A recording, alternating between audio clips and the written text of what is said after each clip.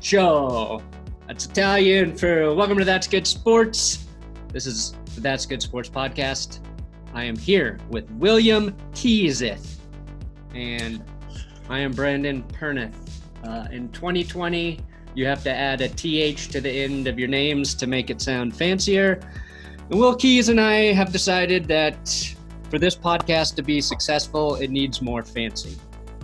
That's the one thing we don't have yet is class and elegance and being good at podcasting. Yes. And those are the only three things we don't have. Also, good equipment, physical. I could go on, but why do that? Oh, yeah. I need to buy you a good mic like I have. We need to buy a studio and we fly in for every episode. We don't relocate, but we do fly in. No, we'll buy a studio in Las Vegas and we'll fly to Vegas every week so we can be around the sports betting world, like in the hub of it all, where we don't do any sports betting, but we talk about it like we do. Yeah, they're probably trying to sell like Jeffrey Epstein's jet, and so I'm sure we could get it for a good price. Obviously, don't use it for the same purpose, but just take it. I don't know how – logistically, this doesn't make sense at all, but I like where our brains are at. I agree. Sorry, I'm wearing a hat today because my hair was unmanageable. Yeah. And I've got, shit in the background as always. So really this fancy thing, not a good start. No. Not a good start. That's okay. It's going to be a solid episode though. We're going to do a little bit of a Broncos season wrap-up, recap, and then we'll get into all of the wild card game predictions, previews, whatever the fuck you want to call it, from our expert minds that are coming up this weekend. And a little bit of an announcement. I think Adam Rank will be joining us for next week's podcast. So should be pretty good. Season 10 of Curb Your Enthusiasm coming. Yes. On the way. John Hamm is going to be on the show. And we're going to have John Hamm on the podcast to promo the new season. Yeah. So, and also the new season of Mad Men. They're bringing it back. Is John Hamm on Twitter?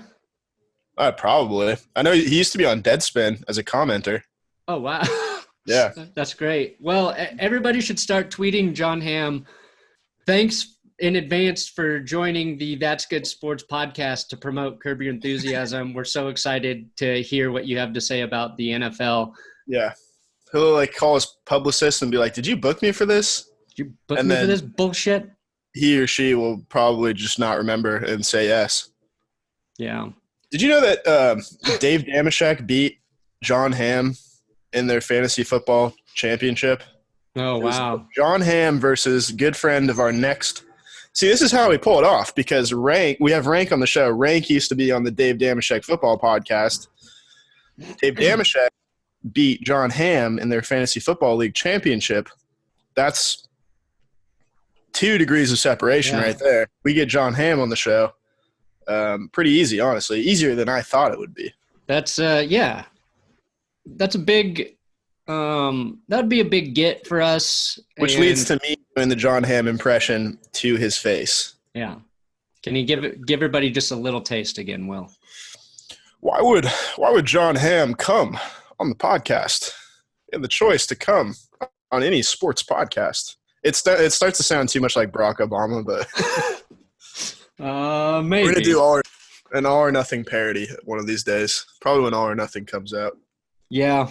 The Jameis Winston 30 for 30 just went up on my other YouTube channel. Yep. I would say Will Keys – it was my idea that I forced Will to write, but 75% of those gems, 80%, all Will Keys.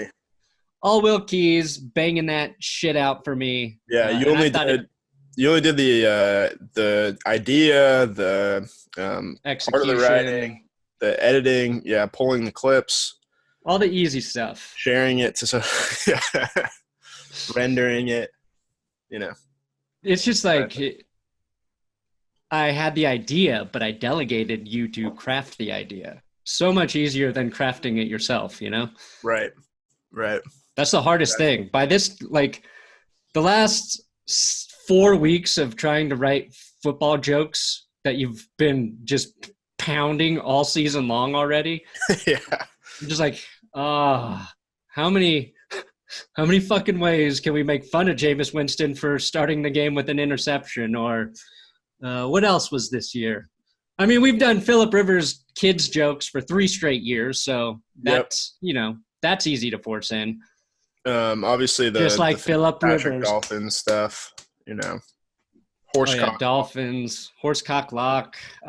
Speaking of horsecock lock, Broncos wrapped up their season 7-9. As Ryan Koenigsberg tweeted, the last thing the Raiders ever did was lose. The Oakland Raiders ever did was lose to the Denver Broncos. That's right. Here's what, before we get into the Broncos season, my question for you, since you live so close to Oakland, I feel like you kind of have a soft spot for the 49ers. Are you a little bit of a Niners fan? Last time they were good, no, not really. Well, I guess I did root for them against the Ravens just because that was right off of that Broncos-Ravens game. But yeah, one half of my family is Niners fans. Yeah, 49er affiliated. What about the Raiders? No, pure hate. Don't have any family. That's that is a single Raiders fan. Aside from the fact that my brother used to work for the Raiders, but that's right. We don't talk about that. I remember we talked about that when we all got drunk on beers. That's true. Yeah, so that's really it. Raiders fans, though, I've always said they're not as bad as the rep they get. People make them out to be nationally. They just look scary. They look scary. They're mostly lawyers and doctors and proctologists. Proctologists that need a release, and they basically cosplay at these games. Act tough, and then wear button-up suits. Yeah, they're very submissive, actually. Yeah. They have too much control during the day, and then on Sundays they want to be told what to do.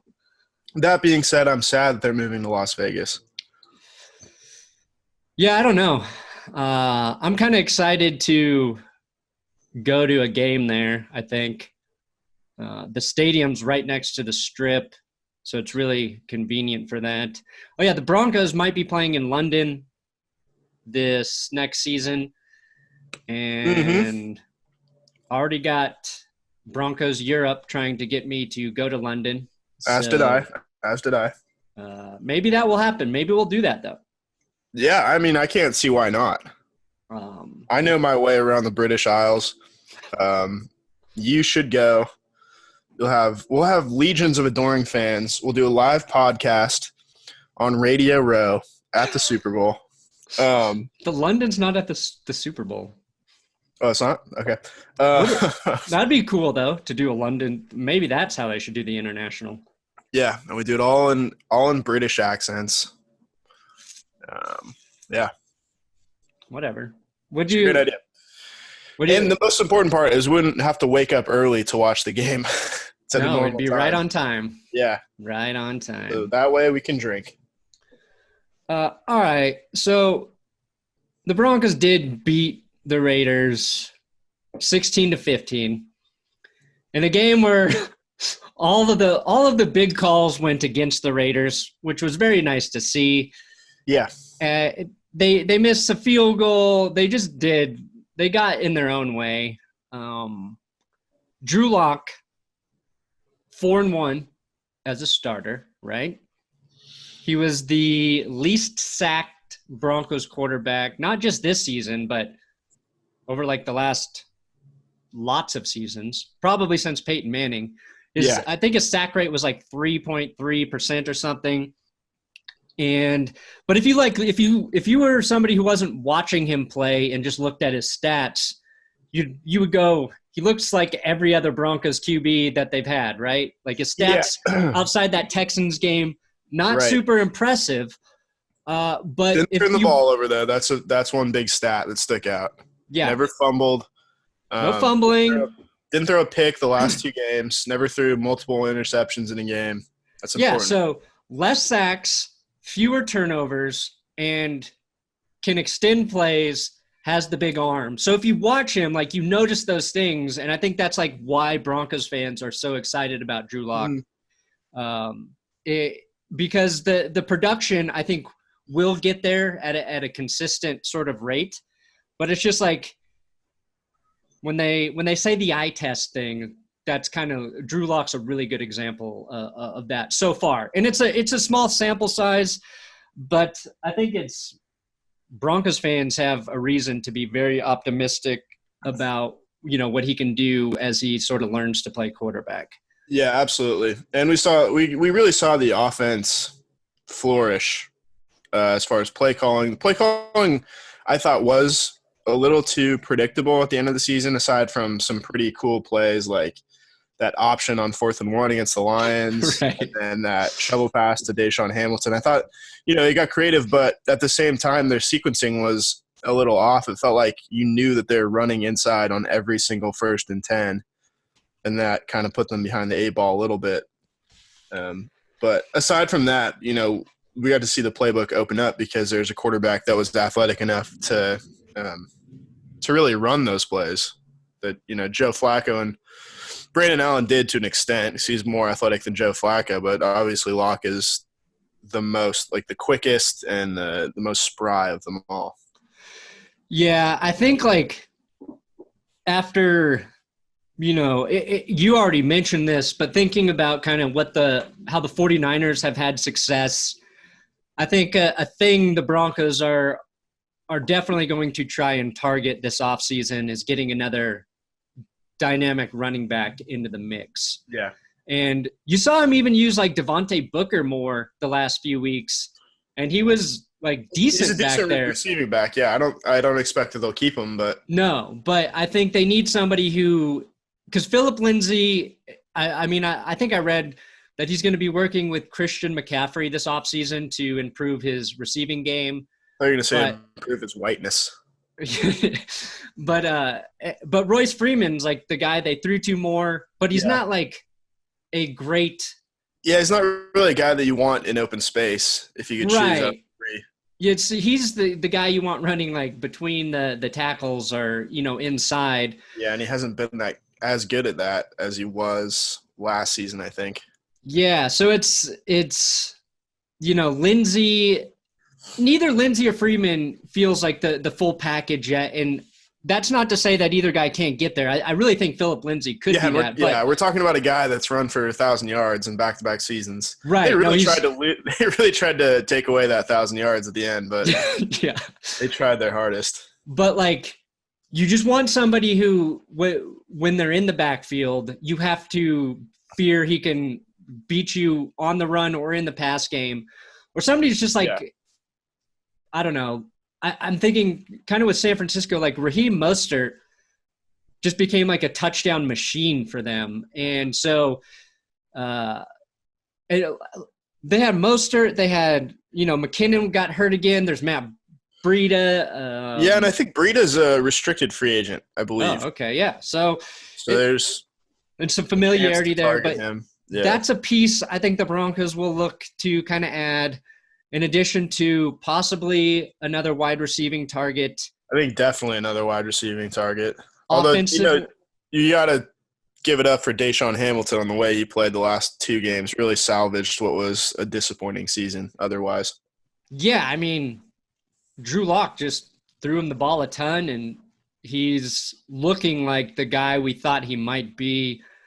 So him, Sutton, Tim Patrick, I think can be that other guy, but I don't know. It's just not consistent, whether that's him or just targets or whatever. But it feels like to compete with the Chiefs, the Broncos need some more speed on their offense. And I think that's kind of like a general consensus among anybody who's talking about them. Offensive line help, obviously. And I think defense, you're looking corner and defensive line, because it looks like Chris Harris is going to be gone. And we learned that the Broncos offered him like a 3-year, $36 million deal before the trade deadline this season, and he didn't want to take it. He felt like they were pressuring him to take the money, or they were really pressuring him, to take $36 fucking million. Yeah, I know. And I love Chris Harris. Been one of my favorite players for the Broncos for a long time, but it just seems like he's kind of done here. Yeah, and the last couple of seasons, like he's been, I don't want to say like a diva, but because he's not, but like, damn, like we really hear about it. Yeah, he's not. It's like he turned into kind of, I don't know, a guy who was honest. Very vocal, like kind of in the, I don't want to say in the wrong way because you have the right to talk about it, but yeah, but now he's honest in the way he likes to much. take shots at the Broncos organization. Yeah. And I'm not even saying he's wrong. It's just when I think over the last 2 seasons, like when you hear him talk, you're like, oh, this feels like a guy who hates being here a little bit. Yeah, I know. It's like, or he's just frustrated with losing. Like, I get it. I'm not trying to shit on Chris Harris, but it feels like he will probably be best served in a new situation. And as much as it's going to suck to lose him, the crazy thing is the way that I think Vic Fangio and Ed Donatel got production out of the Broncos secondary, I feel confident that they can replace that. And I did not feel that way when Vance Joseph was here. No, they definitely need to target corner. Whether they'll do that in the first round, I don't know. Probably not. You like to think you can't really – here's the thing is they need help on the O-line, and they have help, but it's on IR in Juwan James, and you can't count on him to be healthy, just like you can't count on Bryce Callahan to come back good as new either, although you would think based on the money you paid him, they would try as hard as they can. It's just you can't leverage everything on their health because clearly it's not a given like it is for a lot of other players on the team. And I actually think that defensive line is pretty solid when you consider. Well, it depends. They have the depth they have there. Derek Wolfe and Shelby Harris, both unrestricted free agents. And I think they'll get one of them back. Yeah, I think you have to bring Shelby Harris back. Yeah. But I think Draymond Jones proved that he's a starter.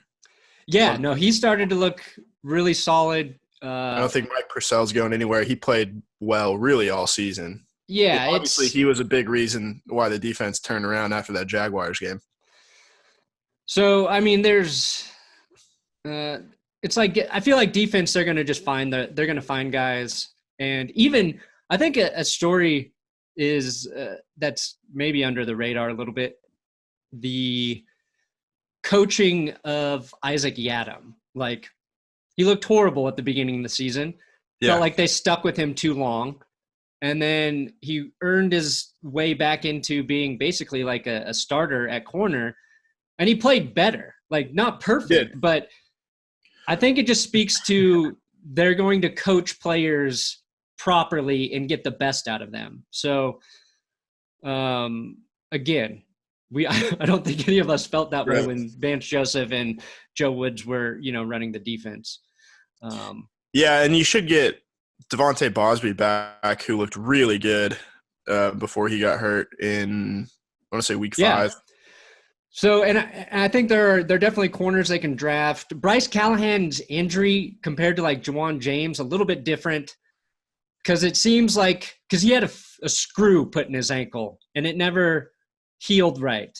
So he got that fixed. So I think there's a little bit more optimism that like just the surgery either wasn't done right or, they didn't give it enough time to heal and that maybe that ankle can be better. Juwan James, to me, I think it was Nikki Jabala's article in The Athletic revealed like he suffered 3 different knee injuries, like 2 MCL sprains or slight tears and a meniscus sprain or tear. So that makes you worried that his ligaments are just – he's a big guy, and once those things start to happen, you fear they're just going to keep happening. Whether that's true or not, I don't know, but I would be a little more optimistic about Bryce Callahan being able to get healthy than it feels like maybe Juwan James. And that kind of just like proves how good Drew Lock was at managing the pocket, given that, we all have to take shots at Garrett Bowles and probably deservedly so for the turnovers. But he wasn't a turnstile at left tackle like the replacements at right tackle were in Elijah Wilkinson and Jake Rogers, and basically whoever was playing there. But even then, like you said, he only got sacked a couple times over the last 2 weeks. So yeah, I think maybe the most impressive thing about Drew Lock is that he played pretty good football, and he got the worst version of the Broncos' right side of the offensive line. Well, it makes you think about how much of sacks are on the quarterback versus how much are on the offensive line. Because we kind of went through that experiment with Peyton Manning and got to see that firsthand, how much a good quarterback can really make an offensive line look competent. And then, when you put Brock Osweiler in, who doesn't necessarily feel comfortable changing the plays or doesn't know where the pass rush is coming from all the time, then you get, 5 Khalil Mack sacks. Right. But, you like to think, too, you're not changing offensive coordinators. You're not changing the playbook. Drew Lock should be able to come in. We see how well he does when he's got time to study. And you see, how well he takes advantage of time off. So, you hope that another year with the same playbook and he's able to understand things even more. Hopefully Peyton Manning incepts some protection calls into his brain as well. Right, because he's going to work with Peyton Manning. The playing time for him was huge. Another offseason just with the playbook. And another offseason for Rich Scangarello. He should be a better play caller next year. Of course, That's why it was stupid, really, at any point to think that he shouldn't be that he should get fired. Well, it's that's just it's just a reaction culture of sports fans. And in the NFL, it just feels so many firings happen every year when things aren't going right. You just think that's the way to go. And the Broncos have been through it too many times. So it'll be nice to have some continuity and consistency heading into the next season. Until Rich Scangarello calls plays too well that he gets hired as a head coach. Yeah, no shit. I think that's when the I only problem. When I was working on the coaching episodes, it was right before John Dorsey got fired by the Browns. But there's I think, from Rappaport or Schefter or something said that Cleveland was going to fly to San Francisco to interview the defensive coordinator, Robert Saleh, right? That's his name, Robert Saleh? Robert Saleh, the run game coordinator, and the passing game coordinator. They were gonna interview 3 different guys for their head coaching position. I don't know if that changed, now that they fired John Dorsey, but it's that's the thing that sucks in the NFL is when your team is really good, your offense and defensive coordinator they get at poached risk for being taken. The Ravens are looking at the same thing. The Wink Martindale thing is oh, man, I don't know about that one. He was our defensive coordinator back in 2010, and that defense was truly abominable. That defense got carved up by John Skelton. You know what really makes good coordinators is when they have good players. Yeah, I know. So what you do, if you're a coordinator, what you do is you stay with your good players, your good nucleus, as long as you can, and then when you see them about to sort of fall off, you take a head coaching position. Yeah, on a team with good players. Right, because then it looks like you were more important to the players than you really were, as that team's defense or offense sucks when you're gone. And, if you fail as head coach, who cares? You're just like most every other head coach. But if your defense looks great after you leave, like Gus Bradley and Dan Quinn in Seattle, or, examples where just really good players all together, I don't know. You just got to ride that shit out. Right. And of course the Browns are going to, they're going to swing too far to the other side of the pendulum here. And, they tried their hand with a super inexperienced quarterback coach, and Freddie Kitchens realized that was stupid because he doesn't know what he's doing. And probably it's hard to blame him. Of course, you're going to take that position as a head coach because, when is that ever going to come up again? Maybe never. When is probably like $1 million raise not going to be taken? You have to take it, regardless if you suck or not. So, I don't blame Freddie Kitchens for sucking. He really just wasn't ready. He got put in a bad position. But now they're going to hire someone like Mike McCarthy, who got run out of Green Bay because his offense was, too archaic. Because he couldn't figure out how to get the most out of Aaron Rodgers. Right. And that, that's why, obviously, I don't want to say wore out his welcome, but it was just a natural end, I think, in Green Bay. But at the same time, it's like, you don't necessarily have to go from one extreme to the other. You can just get a guy who's like got some experience and represents kind of the way that offenses in the NFL are heading, or you don't have to hire an offensive guy necessarily. You have to hire the right offensive coordinator too. Right. I don't know. The moral of the story is the Browns have no idea what they're doing. No. As usual. And Freddie Kitchens is a good example of a guy who honestly would just be best as a lifelong offensive coordinator. But to even be like – he was never an offensive coordinator. That's the thing. He was like a half a season of taking over that role, right? Right. So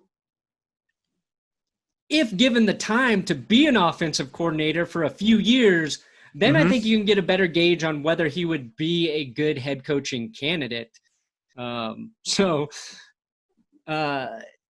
The Browns will be going with John DePodesta now as the guy who's going to hire their next head coach. Yeah. So he was famously, he's the Jonah Hill character from Moneyball. Right. Not exactly, but kind of a composite of a lot of A's front office executives. But he came up with part of the software and idea behind Moneyball, and really like the most revolutionary set of ideas in sports in the last 25 years. So he is a guy that you want leading the charge, I think, for your team. And I think if they stick with him long enough, over a long enough timetable, that will work out for them. Obviously, I think that they're fucked because they have bad ownership and they have a bad organization, and it's hard to overcome that.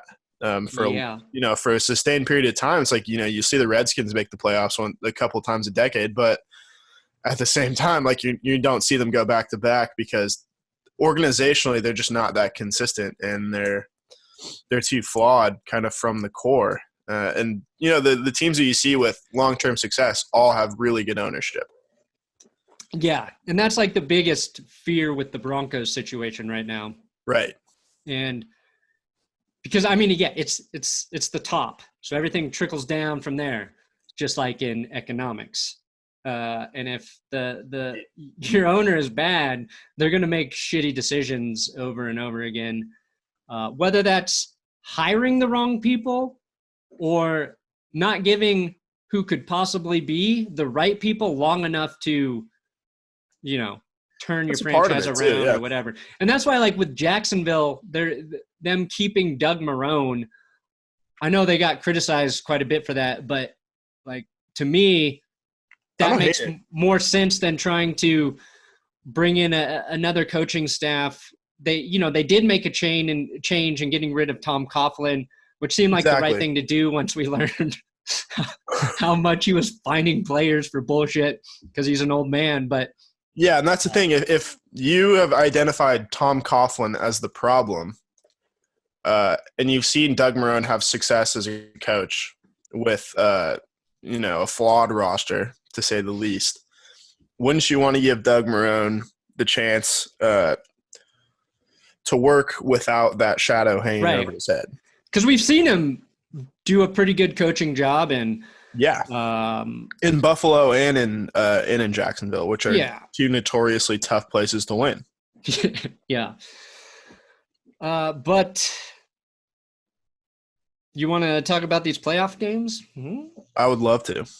Just speaking of the Buffalo Bills. Yes, exactly. They are in the playoffs, and they will be playing the Houston Texans in the annual Houston Bowl, the Saturday wildcard game, because the NFL is just fucking trolling us by putting the Texans in the Saturday afternoon slot yet again. It is truly you got to give it up to them for just owning this day of the week, owning Saturday afternoons. Yeah, that first or second Saturday in January belongs to Houston. It's Houston Day, baby. This is a good game, though. I think this is a better game.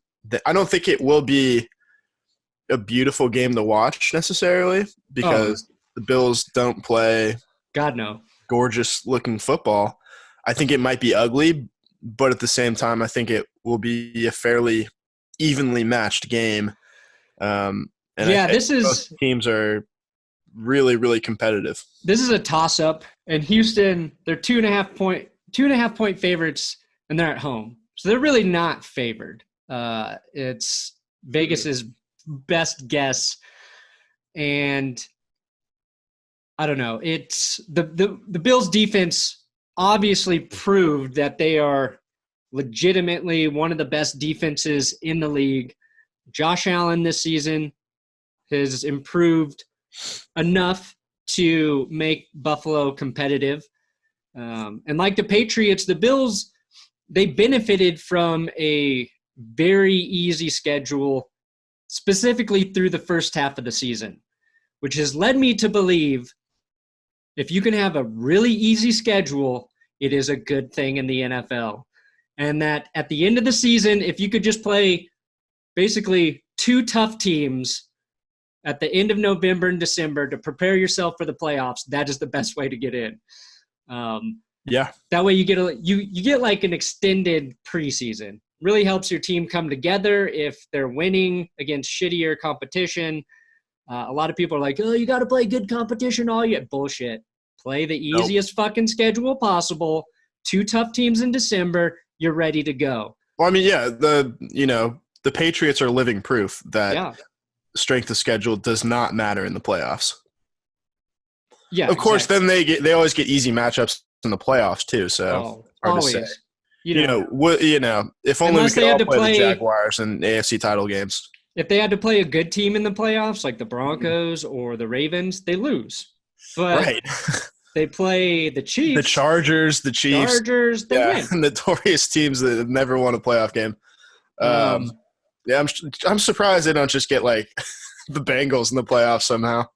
And the Bengals are one of the only two teams the Texans can beat in the playoffs. So right. The Bengals and the Raiders. The Connor Cook-led Raiders. Connor Cook will be playing in the XFL, correct? Sure, probably. Yeah, he's a starting QB in the XFL, I believe, for the New York Guardians. Also, XFL better be giving us like a media pass and flying us out for the first game or something. Yeah, they already spent all their money on Pat McAfee. We're going to have to do an XFL video very soon, Will. Because that starts the week after for that. The NFL. Does it really start the week after? Yeah, the week after the Super Bowl. I think they should take a week off. Yeah, no shit. Although, how good did it feel last year in February when we got that first AAF night and got some like those two games back to back? That was awesome. It was great. I missed the AAF. I thought it was pretty fun. I did too. So hopefully the XFL is just as fun. We'll be covering that just as poorly as we did the AAF, but since nobody else was doing it, we were the experts. Yep. The XFL, though, it seems like it's got big media much more behind it. Like ESPN's done updates on it. Felt like nobody talked about the AAF at all. And that's why like my YouTube shit did so well with it. Well, yeah, I mean, Vince McMahon's probably it's got to turn a profit eventually, but he's got the money, I think, to subsidize it for a while. Yeah, that makes sense. Which is, we wish the AAF was still here. They just weren't self-sufficient is the problem. Right. Okay, so Bills, their defense right now tied in second with the Ravens for second fewest passing touchdowns at 15. Patriots number 1. Will Fuller, questionable probably for this game with that groin injury. They do That have one's Kiki huge. Cutie, who usually, steps up in that role. But if having Will Fuller healthy is important, I feel like, for the Texans offense. And then I felt like the Texans weren't a great rushing team this season, but they were 9th just behind Buffalo They at got 8th 1,000 overall. yards out of Carlos Hyde. Yeah, it's both teams kind of under the radar. Is just like, I feel like gritty rushing teams where their quarterback, I think, helps because they're a threat to extend plays. In Josh Allen's case, I think he runs more than Deshaun Watson. Watson just scrambles for like days and then, finds a way to make a fucking amazing throw. But who are you taking in this one? This is tough. I still haven't made up my mind, so I'm going to have to. Oh, yeah, Tre'Davious White, Buffalo's corner. 0 allowed touchdowns this season. So, man, I think he just edged out like Stephon Gilmore for the top corner on the year. You know what? I'm going to take the Bills. Why not? Yeah. I think this is the year of the road team. I'm going to take Buffalo too. I just think Houston a little more banged up than Buffalo, a little more unpredictable. The Will Fuller thing is huge for me because he's like Tyreek Hill in that even if he's not, making huge plays over the top, he requires so many different players to keep an eye on him, and it opens up things in the middle of the field. Yeah, and it seems like if he plays, Hopkins. He's not going to be healthy. But he's still someone that, you have to keep an eye on regardless of his health. Right. So just send him deep a few times. Oh, in our overall season picks, we finished with the tie. Yeah. So this is important because we have 11 games to pick. This is crazy. Okay, so Titans versus Patriots. Patriots 5-point favorites at home. Last time these two teams played, the Titans stomped them 34-10. Oh, but the Patriots didn't try. Yeah, that was with Marcus Mariota. They didn't care. In November of 2018. Ryan Tannehill, we all know he's been having an amazing run. Let me just get through his stats here. In 10.5 games, 22 touchdowns, 6 picks, 2,700 passing yards, a 70.3 completion percentage, and more than 9 yards per attempt. The last quarterback to do that was Joe Montana, and 89 for the plus 9 yards per attempt. And he finished with a league-high passer rating of 117.3, plus Tannehill's beaten the Patriots 4 times, Will, including that crazy miracle win last year. I'm looking forward to this game. It's a great matchup on paper. Knowing the Patriots, they'll probably turn it into an unwatchable slugfest where, eventually they just figure out how to run the ball and make it super boring because they're God's gift to the NFL and they just love to fuck with us. But I got to take the Patriots in this one. I love how the Titans are playing. I think they're one of the most fun teams to watch right now because it feels like they rip off a 50-yard touchdown every other play. They do. I mean, A.J. Brown tied Randy Moss for he's legitimately might be the rookie of the year. And I don't think A.J. Brown? Yeah, I think he is. I think, he's the next Julio Jones. I don't know if he's as fast as Julio or as, He's bigger, though. He looks like a giant linebacker out there catching passes. He does, and he looks like he's going slowly, but I think he's just fast. He's just too big. Okay, he got 1,000 yards on 52 receptions. Yeah, he's like I said, he tied Randy Moss for most 50-plus yard receptions in a season. The Titans are just like a big physical team because Derrick Henry is a huge back. And again, he doesn't look that fast, but he just rips off 50-plus yard one of those a game as well. I think New England's actually going to pass the ball a lot against the Titans. Tennessee's given up 25 passing touchdowns this season. It just feels like one of those games where they haven't passed well, and maybe Tennessee is going to be a little susceptible to that. But I'm going to take the Titans. I think. Love it. I really hope that's the case. And I think this is like the worst game for the Patriots to have had. Possibly. In the wild card round. Like if they played Houston or Buffalo, I would take New England. But I think the Titans could be one of the best teams in the AFC. They just had such a shitty start to the season that kind of set them back. However, the Tennessee Titans notoriously, when they need a win, they lose. And that was even when Ryan Tannehill was playing well this season. They lost to the Texans in the first matchup. So that is my big fear, is that this is such an important game for. But they don't lose big. Like it's always. No, they're just gonna competitive game. Yeah, they're just not gonna. Ryan Tannehill hasn't had that one really bad game, which now that I'm saying it out loud makes me worried that it's gonna be this one. He's gonna have like 2 picks and a fumble or some bullshit.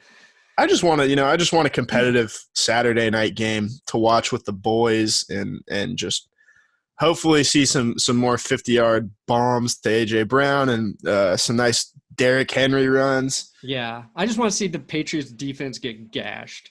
Yeah. And another interesting thing, obviously we've got the Mike Vrabel connection, but Tennessee's 2 cornerbacks are Malcolm Butler and Logan Ryan. Yeah.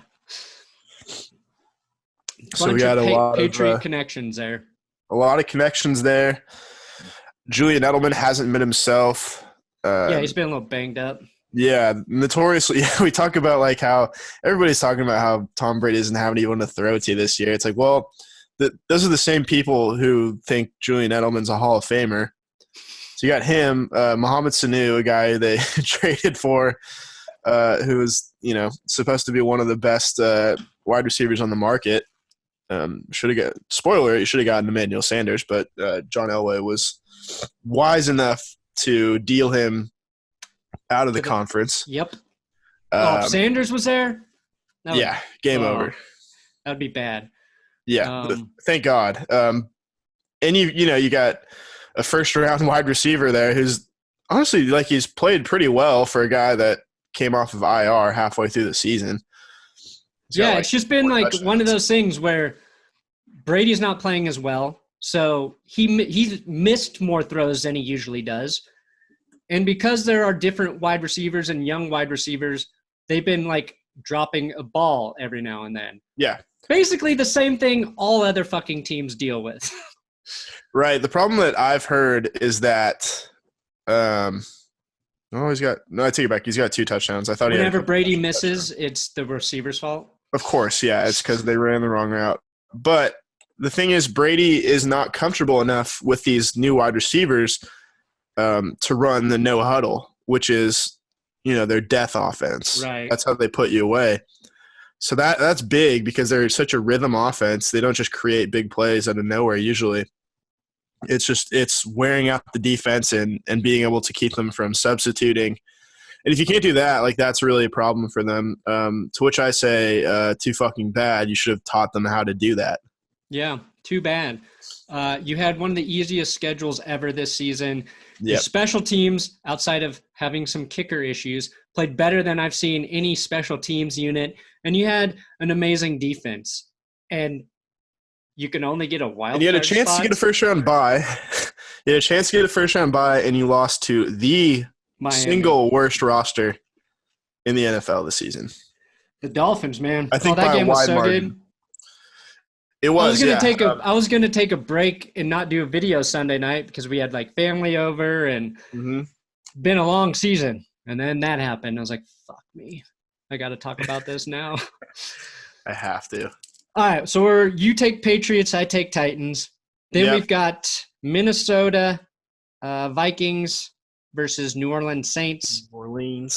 Saints are 7.5-point favorites. And New Orleans hosting the Vikings. Alvin Kamara kind of had a touchdown drought this season, but 4 touchdowns the last 2 weeks. The year I decided to draft him in fantasy. Right. Drew Brees over the last 4 games, 75% 75.4% completions, 15 touchdowns, 0 picks. Brees is playing crazy good right now. And Michael Thomas finished with 149 receptions, so passing Harrison by 6, 1,725 yards, but just 9 touchdowns, which just made me think of how impressive Peyton Manning's record-setting season was, because he had 10 touchdown passes to 10 or more to Julius Thomas, Demaryius Thomas, Eric Decker, Wes Welker. And Wes Welker. They all have over 10 touchdowns that season? Yeah, and then Noshawn Moreno had 10 total touchdowns. Yeah, he had it was just insane. Yeah, so there's 3 to Andre Caldwell. I think a couple to Dreesen probably, maybe 1 to Tammy. Yeah. Probably 1 to Monte Ball or something. So just crazy. But right now I feel like the Saints are playing the best football in the NFC. Drew Brees he just feels like he is in sync with everything that's happening with their offense. Like, they just can't be stopped. And it reminded me of when Peyton Manning was just on fire. Like, maybe their drive stalls a couple times, but they're going to score 4 or 5 touchdowns every game is what it feels like. And I don't know why the Antonio Brown thing was just so stupid. Why would you fuck up with the thing that's going so well right now? Yeah, that's a good point. Why would you invite that onto your team in the most crucial stretch of the season? And why would Antonio Brown, after the one team to even take a peek at him, the most godless franchise in the NFL, decided that he was too much? And immediately after that, go on and live stream and say it was a publicity stunt by the Saints. Just you can't not fuck up an opportunity. So no. Dalvin Cook is going to play for Minnesota. That's I don't huge. know how healthy he is, but they need him back there. Only concern with the Saints, I feel like, is their passing defense. They have allowed 27 passing touchdowns this season, which is tied with Philadelphia's secondary, and just 13 picks. So the Vikings are a team that can definitely pass on New Orleans. If Minnesota has their run game going, this could be a really good game. Obviously, Minnesota can compete with anybody. Their defense is good, but I'm going to take the Saints. I feel like the Saints are just playing too good of football right now. Yeah, so on one hand, Kirk Cousins is really good in morning games as opposed to really any other time of the day. If since it is the playoffs and it's the only game on, it's technically a primetime game.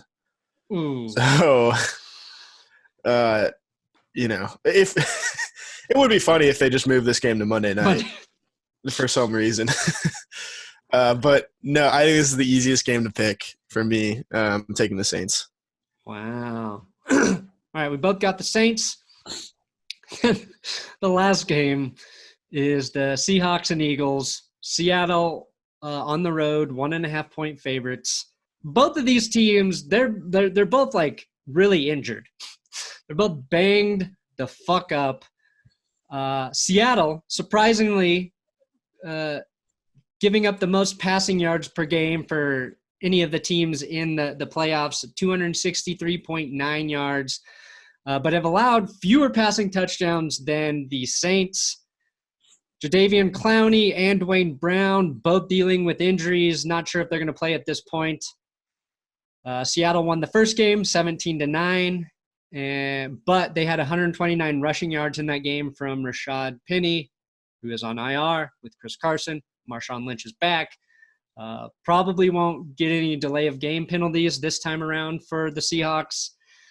Carson Wentz, though, he is playing really good football. Zach Ertz, not cleared to play. He's got a cracked rib and a lacerated fucking kidney. So, I don't know. But Philadelphia and Dallas Goedert can replace his production.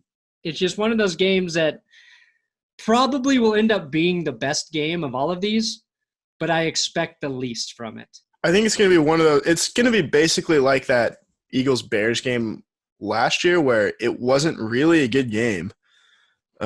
If you watched Right. it for 50 out of the 60 minutes, it wasn't a very entertaining game, but I think it'll be so ugly that it's going to stay close, and we'll have a pretty solid ending.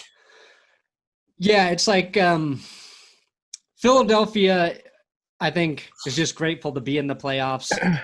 Seattle kind of, I don't want to say they backed in, but they just had a lot of shit not go their way. Not a great way to end the season, to lose to the Cardinals and 49ers at home. Yeah. In weeks 16 and 17. The losses, the injuries, like it just kind of piled up for Seattle.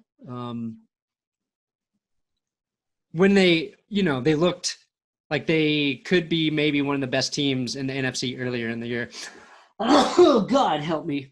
God bless you. Oh, man. I feel like Philly could upset them, but I'm going to take Seattle. I'm going to take – just because you took Seattle, I'm going to take the Eagles. I know I declared this the year of the road team and picked only one road team to win, and a team that I definitely won't pick in the next round in the Bills. But the Saints will go on the road eventually, so they're probably going to be my pick. Yeah, but I'll take the Eagles. Fuck, I don't really want to, but I want to make my pick different than yours. So it's all right. I mean, I kind of want. Toss-up. It's a toss-up. I want Philly to win. I I like the Eagles more than the Seahawks. I don't know. I just feel like it's crazy because the Eagles are playing with house money. It's just like one of those games where they really have nothing to lose, even though they're in the playoffs. Yeah, so, having nothing to lose and playing at home is very dangerous. And having a head coach like Doug Peterson who don't give a fuck. Yes. On the flip side, however, believe it or not, this is Carson Wentz's first playoff game. It doesn't feel like it, but damn, it is his first playoff game for a team that won the Super Bowl and won a playoff game last year. I think that's pretty crazy. I still think Doug Peterson's a really good head coach, but with Frank Reich in Indianapolis, I feel like the Philly really missed his presence there. Yes. And you and I have talked a lot about how good of a job he's done in Indy. And with the Jacksonville Jaguars moving on with Gardner Minshew. One would assume, yeah. And I believe Jacoby Brissett's under contract this year for $20 million. I'm not saying it makes sense financially. I don't think it's that much, but do you think Nick Foles would be better in Indy than Jacoby Brissett? No, I think I'd roll with Brissett just because he was pretty competent for a long stretch this year. And a lot of the games they lost were with Brian Hoyer at quarterback. And someone else was playing quarterback for them. Who was it? Fuck. Someone, I can't remember. I assume. But Indy, another team, all of their skill positions got hurt this year too. So. Yes. T.Y. Hilton, who's kind of the linchpin of their offense, got hurt. Not much you can do. I don't think they're going to bring back Eric Ebron. No, they said that today. They're moving on from him. Yeah. And that Andrew Luck's not unretiring. Andrew Luck is nope. The Drew LCK quota has been filled by the NFL, and there's simply no need for him anymore. That's right. I want Andrew Luck back. I miss him. NFL is better with Andrew Luck in it. That's all there is to it. Yeah, that fucking sucked. Everybody liked Andrew Luck. Same way everybody liked Peyton Manning, pretty much. That's not true at all. Everybody did not like Peyton Manning. Most people liked Peyton. Well, we'll have someone on the show next week who most decidedly did not like Peyton. Ooh, interesting. And Adam Rake. Good tease. And we're going to talk about it. Believe you me, I have articles from the year 2014 that I've read from Adam Rake that I still think about. Oh, wow. And I'm going to pull those and ask him about those and ask him what the fuck was he smoking when he wrote those. Alrighty. He doesn't just dislike Peyton Manning as a player, as a person as well. Wow. Yeah. Well, we'll hopefully dig into that. I haven't locked him in. I was supposed to talk to him today, but I've got too much shit to do. But he said he's down to do it next week. So that will be the plan. If I don't live up to it, we'll just blame Adam Rank. Yeah. All right. Enjoy your playoff weekend. Yeah, have fun. It's a great weekend for sports. Bye.